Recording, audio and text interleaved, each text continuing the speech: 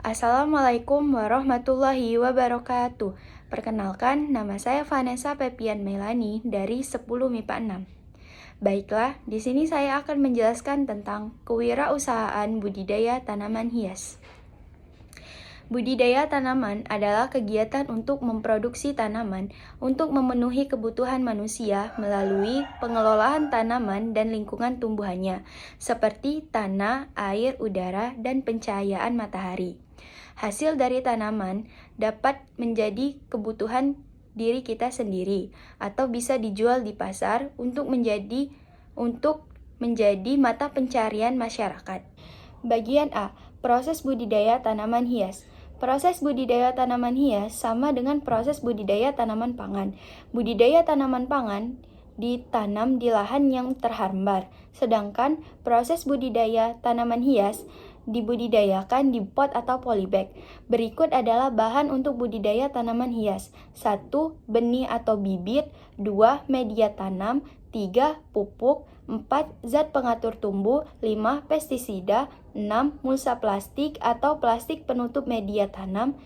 7. Sungkup atau plastik penutup daun. 8. Polybag atau pot. Mungkin cukup sekian penjelasan dari saya akhiri. Wassalamualaikum warahmatullahi wabarakatuh. Saya akan menjelaskan teknik budidaya untuk tanaman hias. Yang pertama yaitu persiapan lahan atau media tanam. Budidaya tanaman hias dapat dilakukan di dalam pot atau polybag ataupun di hamparan lahan terbuka. Penggemburan tanah sangat berpengaruh dalam budidaya tanaman. Oleh karena itu, kadang-kadang budidaya tanaman hias memerlukan tambahan pupuk kandang.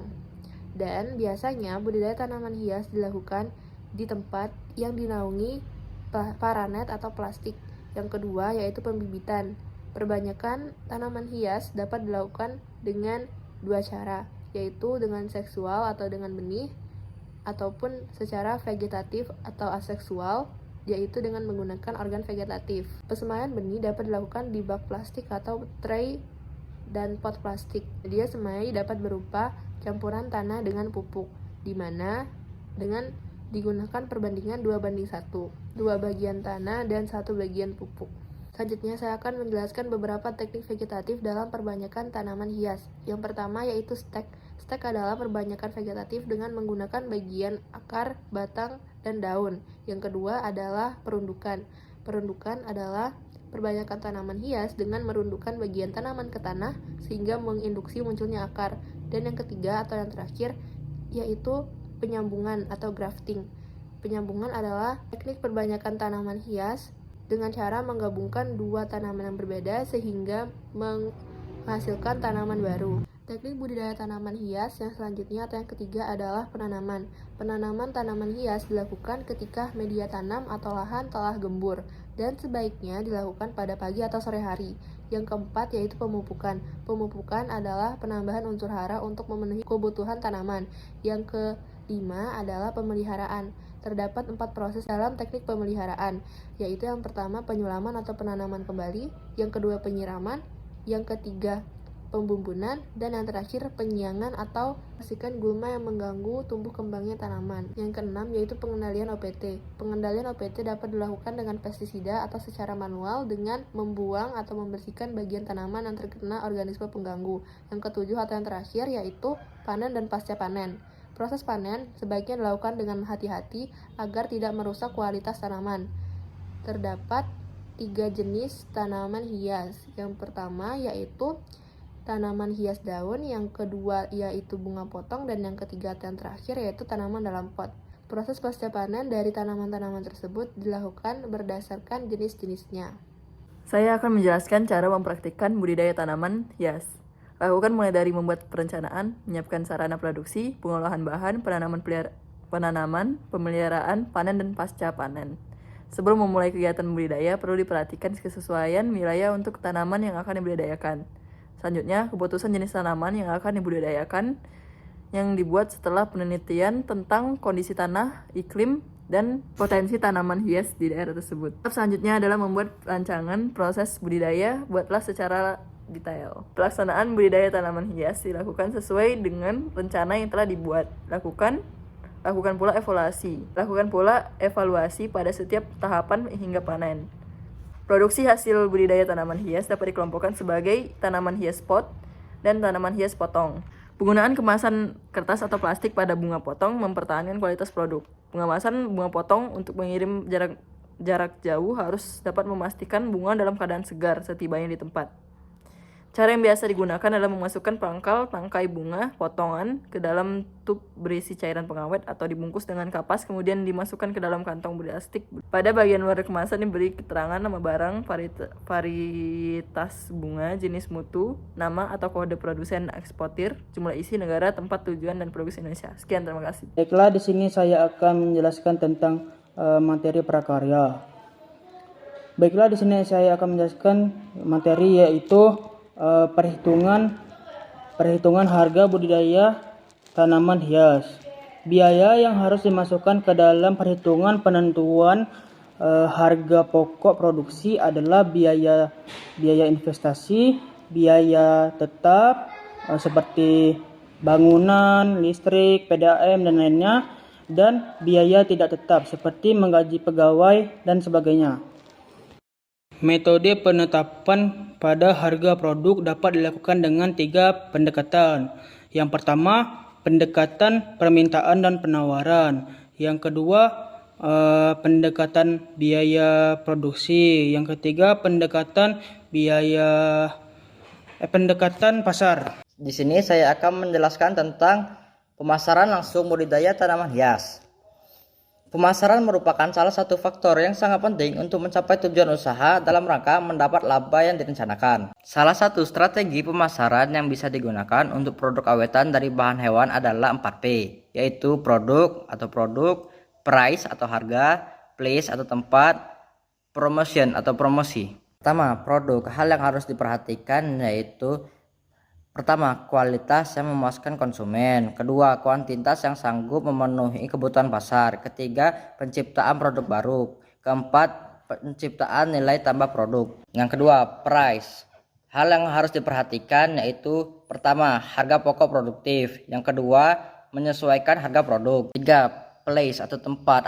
Hal yang harus diperhatikan yaitu yang pertama, lokasi penjualan sebaiknya yang mudah dijangkau. Yang kedua, lokasi penjualan memiliki fasilitas yang memuaskan. Yang ketiga, nilai tambah lokasi. 4. Promosi. Beberapa saluran yang dapat membantu meningkatkan penjualan produk yaitu media sosial.